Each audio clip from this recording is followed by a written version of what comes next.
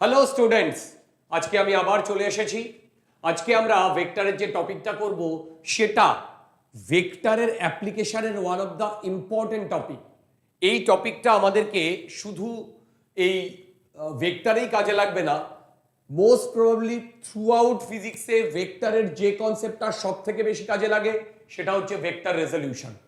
ওকে, কনসেপ্টটা খুব ইজি। দেখো, ভেক্টর রেজলিউশন বলছে যে দেখো ভেক্টর রেজলিউশনকে যদি আমরা সেইভাবে দেখি তাহলে এটা অপোজিট অফ এডিশন। এটার মানে কি?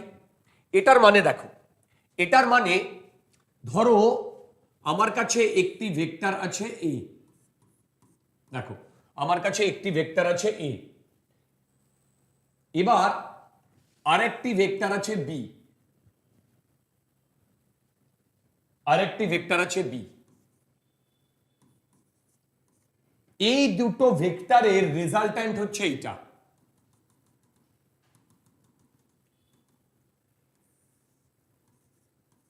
তাহলে বলো তো এখানে টোটাল কটা vector?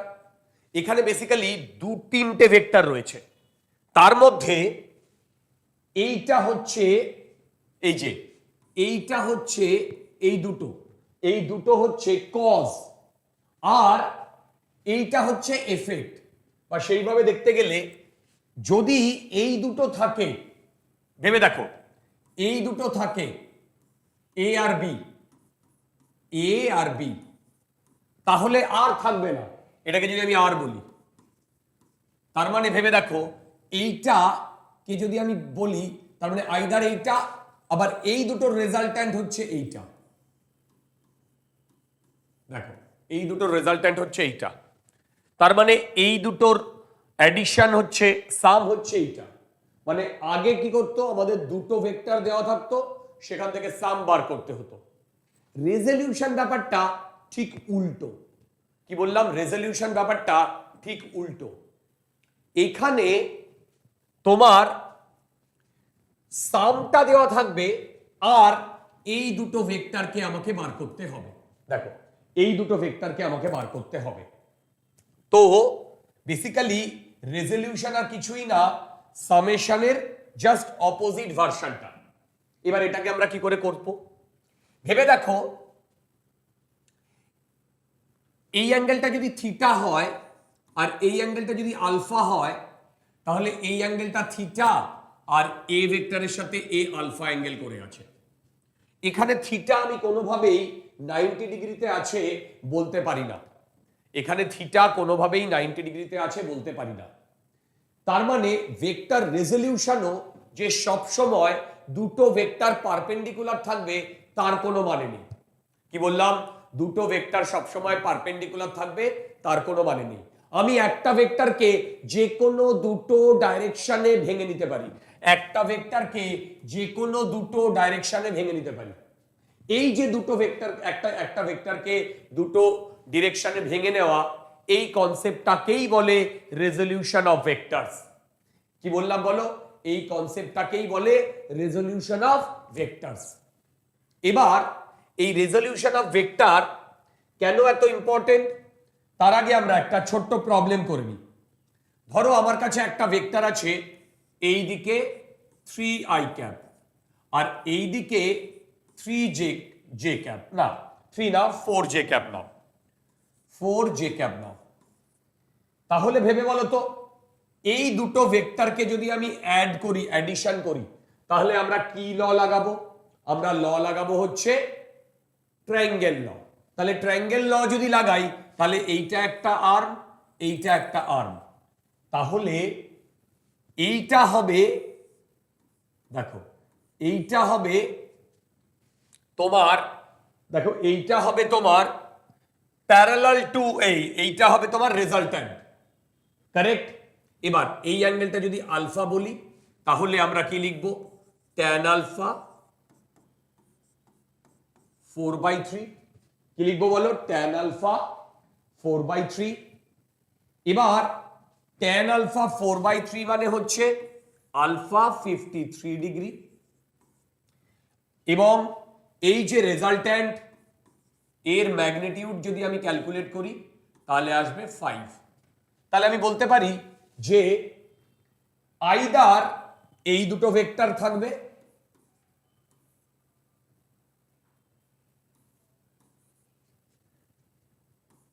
Three I cap 4j cap, এবার এইটাই ইকুইভ্যালেন্ট টু এইটা,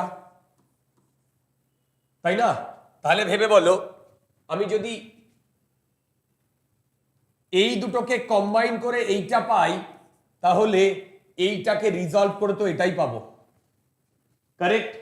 এবার এইটাকে রিজলভ করে যদি আমি এইটা পাই তাহলে আমার যেটা বলার সেটা হচ্ছে, ভেবে দেখো, এই 4j ক্যাপটাকে আমরা শিফট করিয়ে আনতে পারি, আনলাম এদিকে শিফট করিয়ে, তাহলে 4j ক্যাপটাকে যদি আমি শিফট করিয়ে আনি তাহলে এই দিকে আসবে 3i ক্যাপ আর এই দিকে আসবে 4j ক্যাপ। দেখো এই দিকে আসবে 3i ক্যাপ আর এই দিকে আসবে 4j ক্যাপ, একই জিনিস, এইটাকে শিফট করিয়ে এনেছি।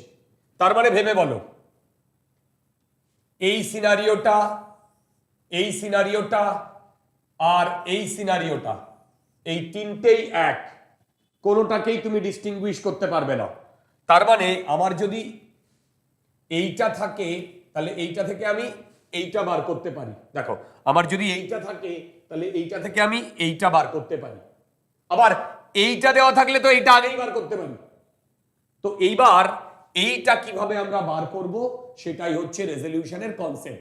রেজলিউশন মানে অ্যাডিশনের রিভার্স, অ্যাডিশনের রিভার্স।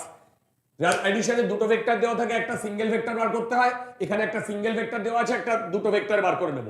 এতে আমাদের সুবিধা হবে যদি ওই ভেক্টরটাকে আমরা দুটো পারপেন্ডিকুলার কম্পোনেন্টে ভেঙে নিতে পারি, তাতে অ্যাডিশন এবং সাবট্রাকশন করতে আমাদের অনেক সুবিধা হবে। চলো এবার আমি যেটা বলছিলাম, ধরো এই দিকে আমার একটা ভেক্টর আছে যার ম্যাগনিটিউড আর।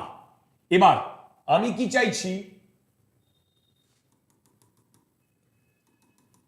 এই ভেক্টরটাকে দুটো কম্পোনেন্টে ভেঙে নিতে। তার মানে এইটা একটা আর এইটা একটা, এদের দুজনের মধ্যে 90 ডিগ্রি অ্যাঙ্গেল, এদের দুজনের মধ্যে 90 ডিগ্রি অ্যাঙ্গেল। এবার নেক্সট, আমরা যে দুটো ভেক্টরকে কম্পোনেন্টে ভেঙে নিচ্ছি তাদের মধ্যে কি সব সময় 90 ডিগ্রি অ্যাঙ্গেল থাকবে, না 90 ডিগ্রি ছাড়াও অন্য অ্যাঙ্গেলে আমরা ভাঙতে পারবো? দ্য আনসার ইজ আমরা অন্য অ্যাঙ্গেলেও ভাঙতে পারবো, কিন্তু 90 ডিগ্রি থাকলে যেটা হবে সেটা হবে, সেটা করলে আমাদের ভেক্টর অ্যাডিশন বা সাবট্রাকশন এর যে ইউজ করব সেটা অনেক বেটার হবে, অনেক ইজি হবে। এবার আমি ধরলাম এই ভেক্টরটা আর এই ভেক্টরটাতে ভেঙে নিয়েছি, তার মানে বেসিক্যালি এই দুটোর সামেশন হবে আর, মানে এটা যদি এ ভেক্টর হয়, এটা যদি বি ভেক্টর হয়, এটা যদি আর ভেক্টর হয়, তাহলে আমি বি ভেক্টরকে এখানে আমি বসিয়ে দিলাম বি, প্যারালালি শিফট করিয়ে এনেছি। এই অ্যাঙ্গেলটা থিটা, এই অ্যাঙ্গেলটা থিটা, তাহলে আমি যদি ট্রায়াঙ্গেলটা ড্র করি, এইটা হচ্ছে আর, এইটা বি, এইটা এ। এ হচ্ছে এ ভেক্টরের ম্যাগনিটিউড, বি হচ্ছে বি ভেক্টরের ম্যাগনিটিউড। এই অ্যাঙ্গেলটা থিটা, এই অ্যাঙ্গেলটা থিটা। এইবার আমি এই ট্রায়াঙ্গেলে যদি আমি বলি sine theta, perpendicular by hypotenuse, তাহলে বলো তো পারপেন্ডিকুলার বাই হাইপোটেনাস কি হচ্ছে আর। তাহলে এখান থেকে আমি বি কে লিখতে পারি আর সাইন থিটা, দেখো বি কে লিখতে পারি আর sine theta. Similarly cos theta কি লিখবো, এ বাই আর, তার মানে এখান থেকে এ কে লিখতে পারি আর কস থিটা, দেখো এ কে লিখতে পারি আর কস থিটা। তো তার মানে আমি যে কনসেপ্টটা এখানে পেলাম সেই কনসেপ্টে ভেবে দেখো, এইটুকু হচ্ছে আর সাইন থিটা আর এইটুকু হচ্ছে আর কস থিটা। তার মানে ভেক্টরের সাথে যে অ্যাঙ্গেলটা লেগে থাকবে সেইটা কস থিটা হবে, কস থিটা হবে। যেমন আমি তোমাকে যদি এই কথাটা বলি যে তোমার কাছে একটা ভেক্টর আছে যেটা এইদিকে 5 তার ম্যাগনিটিউড, আর এই অ্যাঙ্গেলটা 53 ডিগ্রি। তাহলে একে যদি আমি দুটো কম্পোনেন্টে ভেঙে নিতে চাই, তাহলে একটা হবে এই, একটা হবে এই ডিরেকশনে হবে 5, কি হবে এ মানে আর, আর মানে এই ডিস্টেন্সটা cos থিটা, cos 53 ডিগ্রি, আর এইটা হবে 5 sin 53 ডিগ্রি। দেখো এবার আমি যদি এটা ক্যালকুলেট করি, ভ্যালু কত আসবে বলো? এটা ক্যালকুলেট করলে ভ্যালু কত আসবে? 5 ইন্টু cos, cos, cos মানে হচ্ছে এইটা,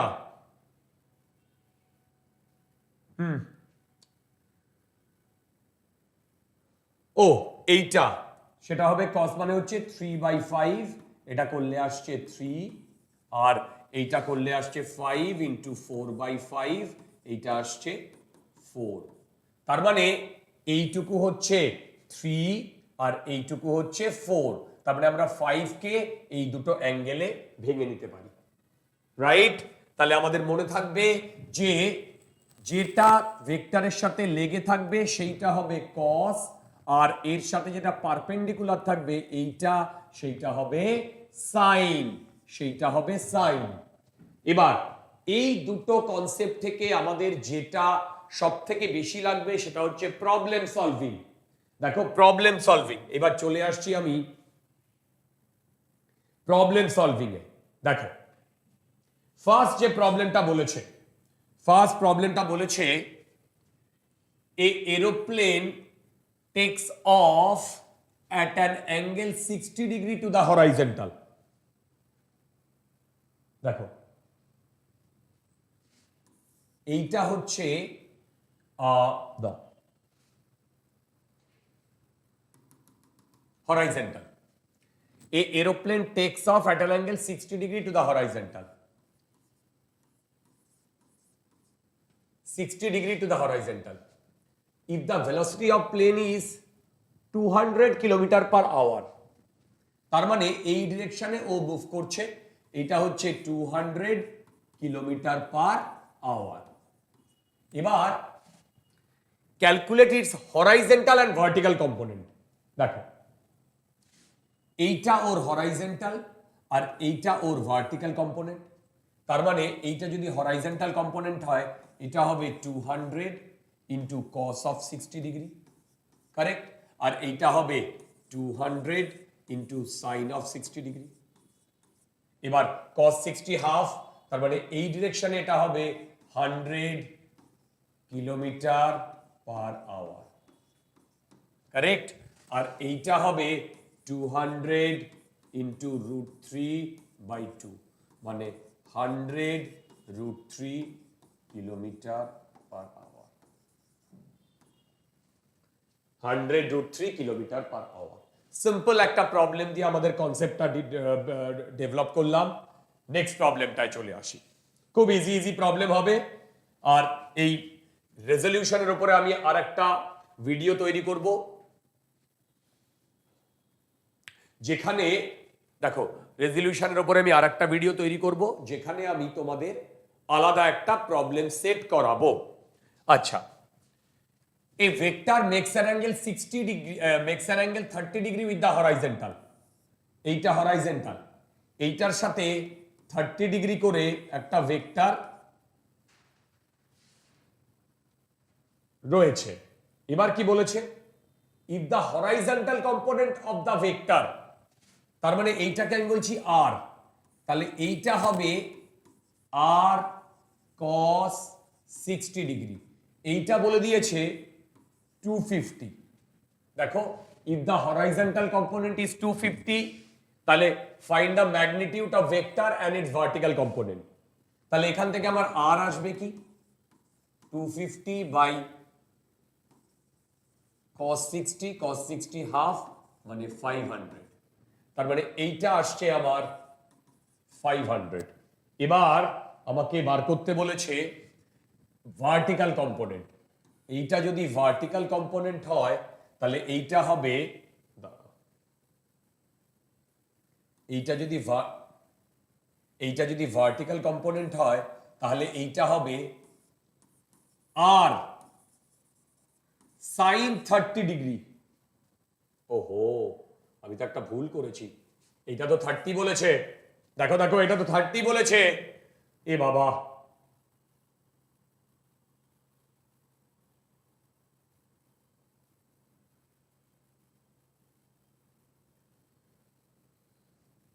এটা হবে আর cos 30 that is equal to 250।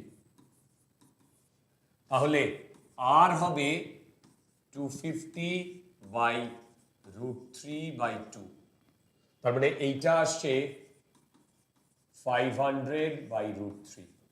দেখো দেখো cos 60 এর ভ্যালু হয় √3/2। আচ্ছা, তার মানে আমরা আর এর ভ্যালু পেয়ে গেলাম। এবার এইটা হচ্ছে ভার্টিক্যাল কম্পোনেন্ট, এইটা হবে আর সাইন 30। এই অ্যাঙ্গেলটা কিন্তু নয়, এই অ্যাঙ্গেলটা হবে এইটা। তাহলে আর এর জায়গা লিখবো 500 বাই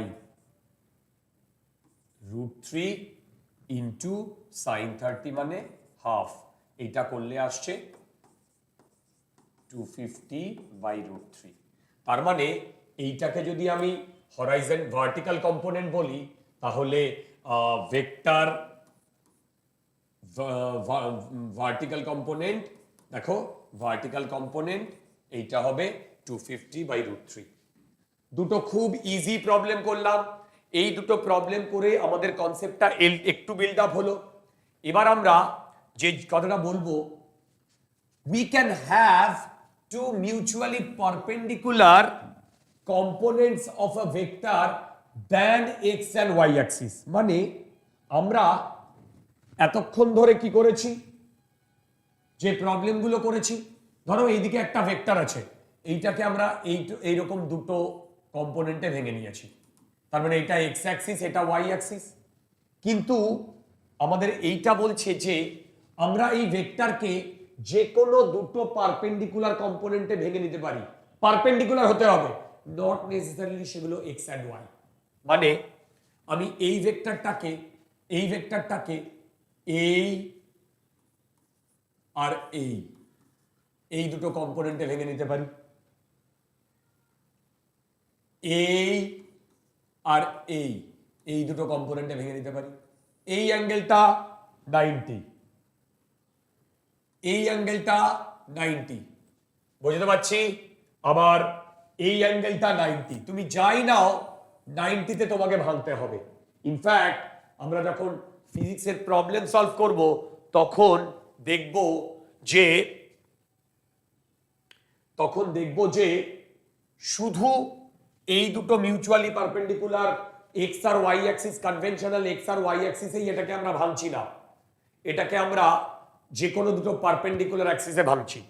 তোমার সামনে একটা প্রবলেম আমি দিয়েছি, ধরো এখানে একটি বডি রয়েছে এবং এর মাস এম আর এইখানে একটা অ্যাঙ্গেল করেছে থিটা।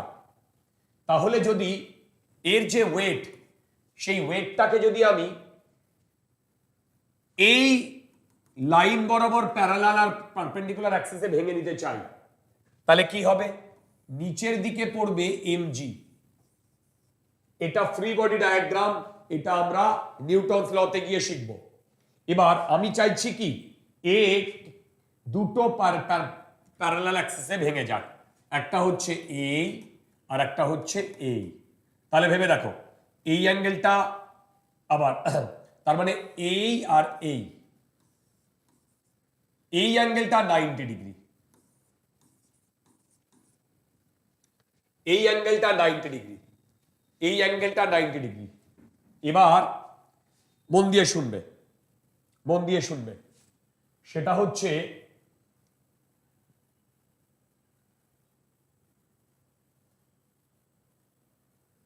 হচ্ছে এইটা থিটা। দেখো তাহলে এইটা 90, এইটা 90 হলে এই অ্যাঙ্গেলটা হবে 90 minus theta.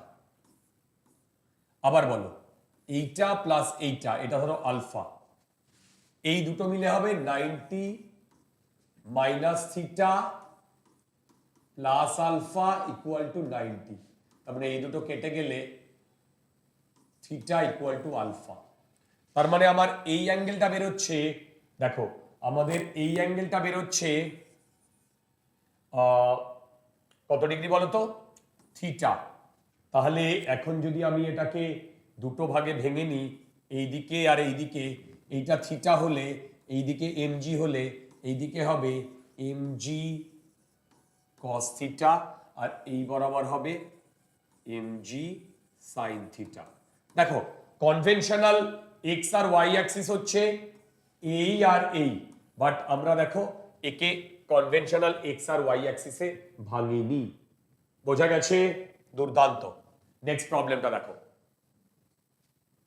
This is also a very good problem. A man rows a boat with a speed 18 km/h in northwest direction. দেখো in northwest direction, তার মানে এইটা নর্থ, ইস্ট, ওয়েস্ট, সাউথ, এই ডিরেকশনে ও 18 km/h যাচ্ছে, 18 km/h যাচ্ছে। The shoreline makes an angle 15 degree south of west. The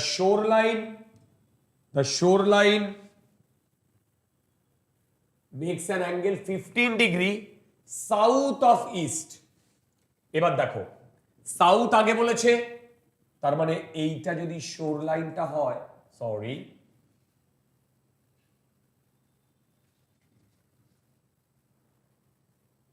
এইটা যদি শোর লাইনটা হয়,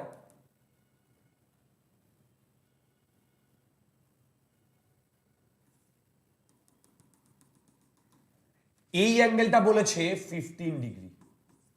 দেখো এইটা শোর লাইন, এইটা শোর লাইন,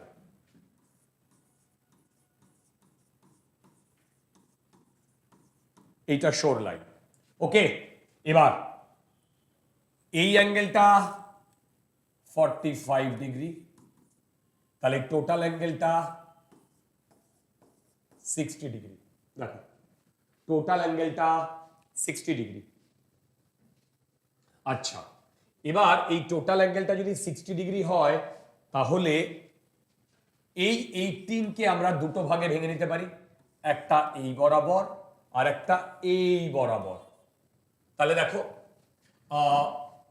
অ্যালং দ্য শোর লাইন, এইটা অ্যালং দ্য শোর লাইন, এইটা 18, এই টোটাল অ্যাঙ্গেলটা 60, এইটা হবে 18 cos 60, আর এই কম্পোনেন্টটা হবে 18 sin 60। 18 cos 60 মানে 18 ইন্টু, বলো 18 ইন্টু হাফ। দেখো 18 cos 60 মানে হচ্ছে 9 km/h,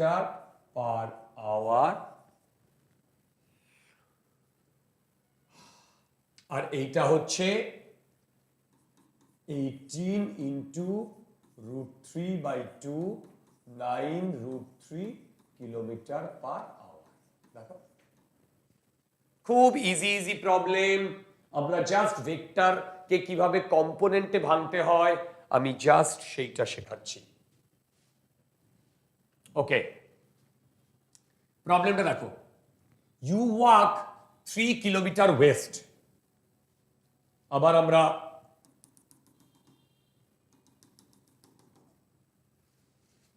you walk 3 kilometre West, এইদিকে 3 কিলোমিটার গেছে, দেন 4 kilometre headed 60 degree north of east. তার মানে এইখান থেকে ও এই দিকে গেছে। দেখো নর্থ মানে আমার বক্তব্য এইটা হচ্ছে নর্থ, সাউথ, ইস্ট, ওয়েস্ট, এই দিকটা। এবার বলেছে 60 ডিগ্রি নর্থ, তার মানে কি আমি যদি এইরকম ভাবে বসাই, এইটাকে যদি এখানে ইয়ে করি, এইটা নর্থ, এটা ইস্ট, এবার বলেছে 60 degree north of east, north of east তার মানে এইটা 60 ডিগ্রি, তার মানে এইটা 60 ডিগ্রি। দেখো এবার আমি যদি এইটাকে বলি ও আর এইটাকে বলি এ, তাহলে আমি ও এ ভেক্টর লিখব -3i ক্যাপ, আর এইটা যদি এ হয় এইটা যদি বি ভেক্টর হয় তাহলে আমি এ বি ভেক্টরকে ওই ইউনিট ভেক্টর ফর্মে লিখবো। অলরেডি আমরা ইউনিট ভেক্টর ফর্মটা জানি। কি লিখবো সেটা হচ্ছে এইটা হচ্ছে 4, তাহলে এর দুটো কম্পোনেন্ট, এক এই আর এক এই। এই দিকের যে কম্পোনেন্টটা হবে সেটা হবে 4 cos 60, এদিকের যে কম্পোনেন্টটা হবে 4 sin 60। এবার 4 cos 60 মানে 2, 4 sin 60 মানে হচ্ছে √3/2। দেখো 4 cos 60 মানে হচ্ছে, মানে কেন 4 cos এটা sin, হ্যাঁ √3/2 ইন্টু 4, আর এইটা করলে হয় cos 60 মানে হাফ 2, তার মানে এইটা আসছে 2√3। তার মানে এবি ভেক্টর হচ্ছে, দেখো এবি ভেক্টর হচ্ছে এই দিকে 2i ক্যাপ আর এই দিকে +2/√3j ক্যাপ। দেখো 2/√3j ক্যাপ। তো এবার আমাকে বার করতে বলেছে গ্রাফিক্যালি, তার মানে আমি গ্রাফিক্যালি এখানে ড্র করে ফেলেছি। এ এখান থেকে এই পর্যন্ত এসছে, তারপরে এই এখানে গেছে। দেখো এ এখান থেকে এই পর্যন্ত এসছে, এখান থেকেও এখানে গেছে। ওকে, দ্য রেজাল্ট্যান্ট ডিসপ্লেসমেন্ট, এবার রেজাল্ট্যান্ট ডিসপ্লেসমেন্ট হবে বেসিক্যালি এইটা। দেখো বেসিক্যালি এইটা, এইটা। এবার এই যে রেজাল্ট্যান্ট ডিসপ্লেসমেন্টটা আমরা যদি এখানে লাগাই, ও বি এটা রেজাল্ট্যান্ট, এটা দুটো ভেক্টরের summation O A plus A B. এবার ও এ আমরা অলরেডি করেছি -3i cap, -3i cap plus of 2i cap plus 2√3j cap. তাহলে এখান থেকে আমি বলতে পারি ও বি ভেক্টর যেটা সেটা হবে -i cap plus 2√3j cap. দেখো এইটা হবে you walk 3 kilometer west, then 4 kilometer headed 60 degree north of east, তার মানে 60 degree north of east. Find your resultant displacement graphically and using vector component. তার মানে ও বি হচ্ছে আমার ফাইনাল রেজাল্ট্যান্ট ডিসপ্লেসমেন্ট, রাইট? এটা গ্রাফিক্যালি আর এটা বাই ইউনিট ভেক্টর বা using vector components. দেখো এই প্রবলেমটা আমরা বুঝতে পেরেছি কিনা? ফাইন, যদি এই প্রবলেমটা বুঝতে পারি তাহলে আমাদের কনসেপ্ট ভালো মতো ডেভেলপড হলো। এই ইয়ের ওপরে, রেজলিউশনের ওপরে আমরা নেক্সট যে ভিডিওটা আনবো রেজলিউশনের দুর্দান্ত কয়েকটা প্রবলেম নিয়ে আসবো। তাহলে আজকের মতো আমাদের এপিসোড এই পর্যন্তই।